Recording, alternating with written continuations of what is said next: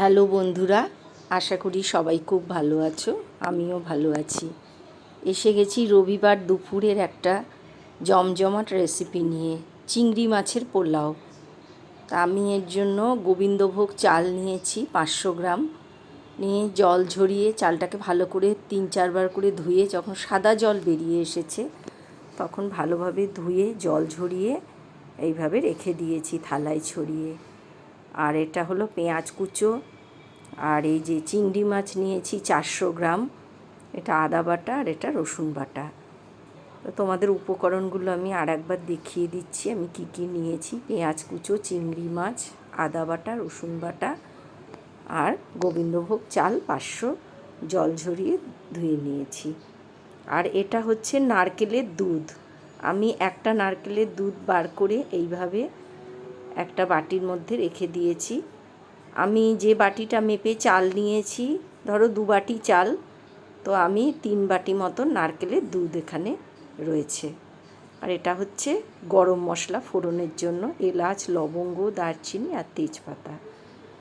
এবার আমি কড়াইতে একটু ঘি দিয়ে দিচ্ছি, দিয়ে আর ওই গরম মশলাটা ছেড়ে দিলাম, তারপরে পেঁয়াজ কুচোটা ছেড়ে দিলাম, দিয়ে এবার একটু নাড়াচাড়া করে দেবো। তেজপাতাটাও দিয়ে দিলাম, দিয়ে একটু নাড়াচাড়া করে দেবো। এই যে এবারে এটা একটু ভাজা ভাজা হওয়ার জন্য নাড়াচাড়া করে দিচ্ছি। আর এই মশলাটা আমি এখানে রেডি করে নিচ্ছি। আদা বাটা, রসুন বাটা, 2 চামচ জিরের গুঁড়ো, 2 চামচ ধনের গুঁড়ো, একটা পেস্ট তৈরি করে নেব, আর 2 চামচ কাশ্মীরি লঙ্কার গুঁড়ো। এই দিয়ে আমি এখানে একটা মশলার পেস্ট তৈরি করে নিচ্ছি। এইভাবে আমি তৈরি করে নিচ্ছি। আর ওদিকে পেঁয়াজটা ভাজা হচ্ছে। এই যে কাশ্মীরি লঙ্কার গুঁড়োটাও দিয়ে দিলাম। আর ওদিকে পেঁয়াজটা এই দেখো ভাজা হয়ে এসেছে। খুব ভাজা হওয়ার দরকার নেই, মোটামুটি। সেই সময় আমি আন্দাজ মতন লবণ দিলাম এবং হলুদ দেব।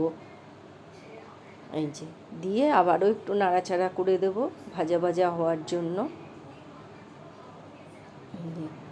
এইবারে পেঁয়াজটা ভাজা হয়ে গেছে, এখন আমি দিয়ে দেব সেই চিংড়ি মাছগুলো। এই যে চিংড়ি মাছগুলো ছেড়ে দিলাম, দিয়ে এবার নাড়াচাড়া করব। 2-3 মিনিট মতন একটু ভাজা ভাজা হবে। তারপরে আমি এই মশলার পেস্টটা চিংড়ি মাছের মধ্যে দিয়ে দেব, দিয়ে এবার আমি এটা কষা হতে দেব। এই যে এইবারে এটা নাড়াচাড়া করছি, ভালো মতন কষা হবে। এই ধরো মিনিট 10 মতন হবে আর কি কষা, ভালোভাবে তেল ছেড়ে দেবে, ততক্ষণ ভালোভাবে কষাতে হবে এটা। তোমরা কারা কারা চিংড়ির পোলাও ভালোবাসো বা এইভাবে বানাও আমাকে অবশ্যই কমেন্ট বক্সে জানিও। এই যে চিনি দিয়ে দিলাম, তোমরা যে যেমন মিষ্টি স্বাদ পছন্দ করো সেই অনুযায়ী চিনি দেবে। আমাদের বাড়িতে মিষ্টি স্বাদটা অতটা কেউ পছন্দ করে না বলে আমি অল্প চিনি দিয়েছি। তোমরা যদি মিষ্টি পছন্দ করো তো আর একটু দিতে পারো, মিষ্টিও করতে পারো। এই যে মশলাটা কষা হয়ে এসেছে, এখন আমি দিলাম 1 চামচ গরম মশলার গুঁড়ো, দিয়ে এবার আরও একটু নাড়াচাড়া করছি। তেল ছাড়া অবধি অপেক্ষা করব।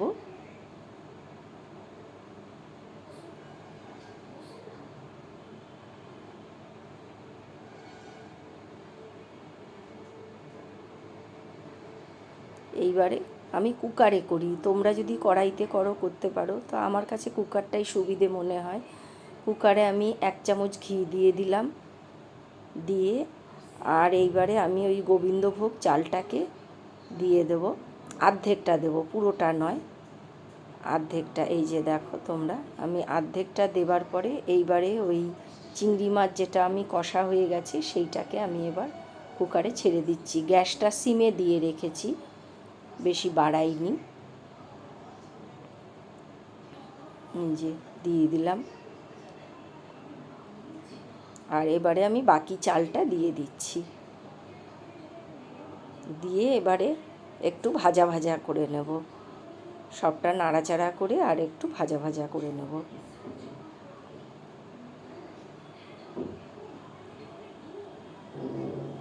আর এই যে নারকেলের দুধটা আছে সেইটাকে এই যে একটু নাড়াচাড়া করে আগে একটু ভাজা ভাজা করে নেব।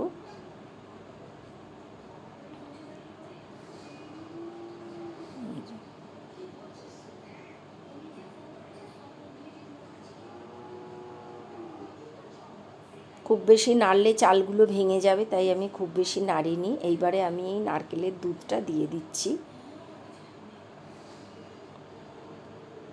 নারকেলের দুধটা অবশ্যই একটু গরম করে তারপর দেবে। নারকেলের দুধটা ঠান্ডাটা দিলে ভালো হবে না, একটু গরম করে নেবে তারপরে দেবে। এই যে আমি এবার কড়াইটা ধুয়ে বাকি নারকেলের দুধটা দিয়ে কড়াইটা ধুয়ে ভালোভাবে এইবারে আমি কুকারের মধ্যে এটা দিয়ে দেবো।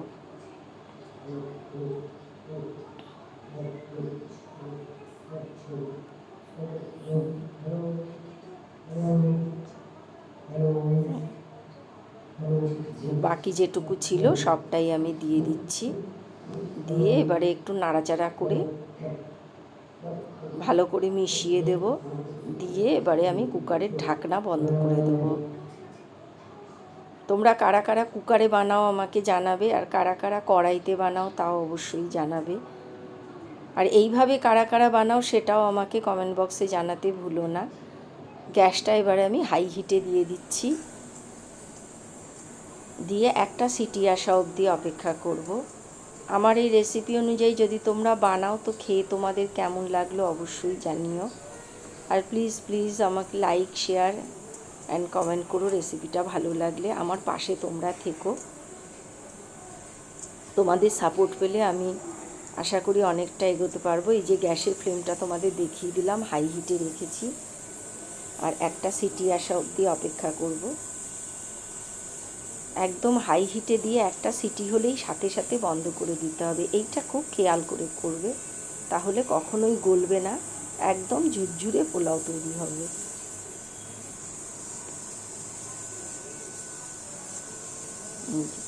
আমি একটু অপেক্ষা করছি হুইসেলটা আসার জন্য।